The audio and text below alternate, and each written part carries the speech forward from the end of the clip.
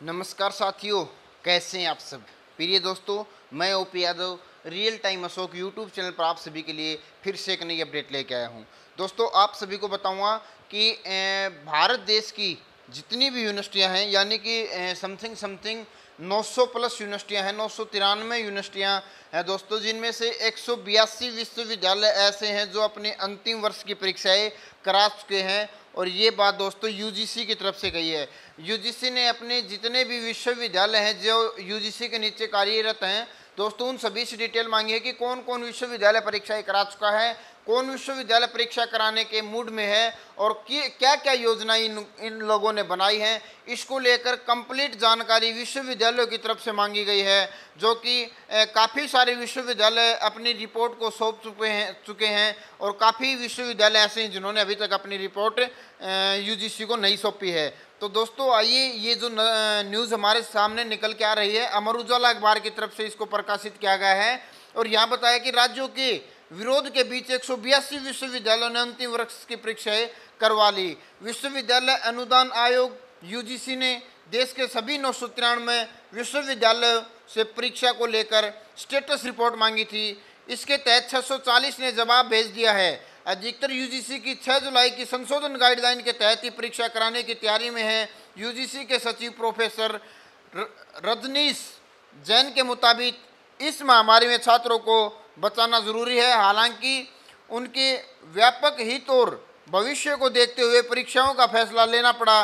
दरअसल दुनिया में अधिकतर विश्वविद्यालय लिखित परीक्षा के आधार पर ही डिग्री देते हैं। परीक्षा को लेकर मांगी गई रिपोर्ट पर 640 विश्वविद्यालय अपनी जवाब सौंप दिया है, जिसमें से 120 डीम्ड, 229 निजी, 40 केंद्रीय, 251 राज्य विश्वविद्यालय हैं। इससे पता चलता है कि देश के कई विश्वविद्यालयों ने या तो परीक्षाएं करवा ली हैं या प्रक्रिया चल रही है।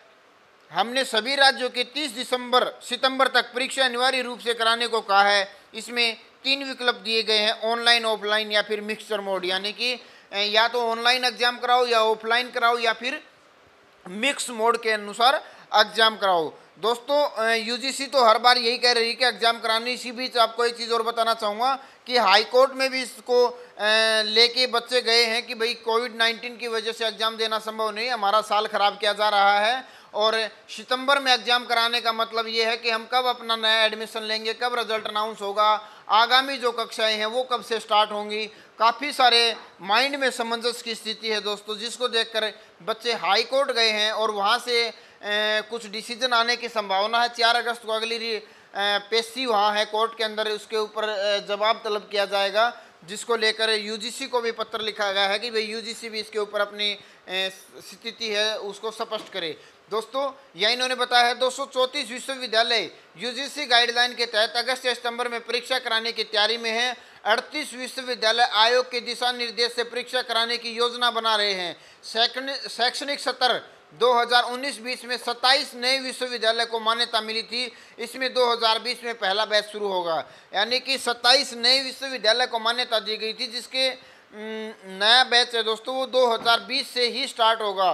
तो ये सब अपडेट आपके लिए दी गई है। और दोस्तों इसी बीच बताना चाहूँगा जो यूपी उत्तर प्रदेश की तरफ से एक अपडेट निकल के आ रही है कि स्नातक और स्नातकोत्तर अंतिम वर्ष की परीक्षाओं को लेने की वहाँ भी तैयारी कर ली गई है। और दोस्तों इसी बीच जो कंपार्टमेंट के बच्चे हैं उनके लिए एक अपडेट निकल के सामने आई है। कंपार्टमेंट के बच्चों को यहाँ प्रमोट करने की बात उत्तर प्रदेश सरकार की तरफ से कहा गया है।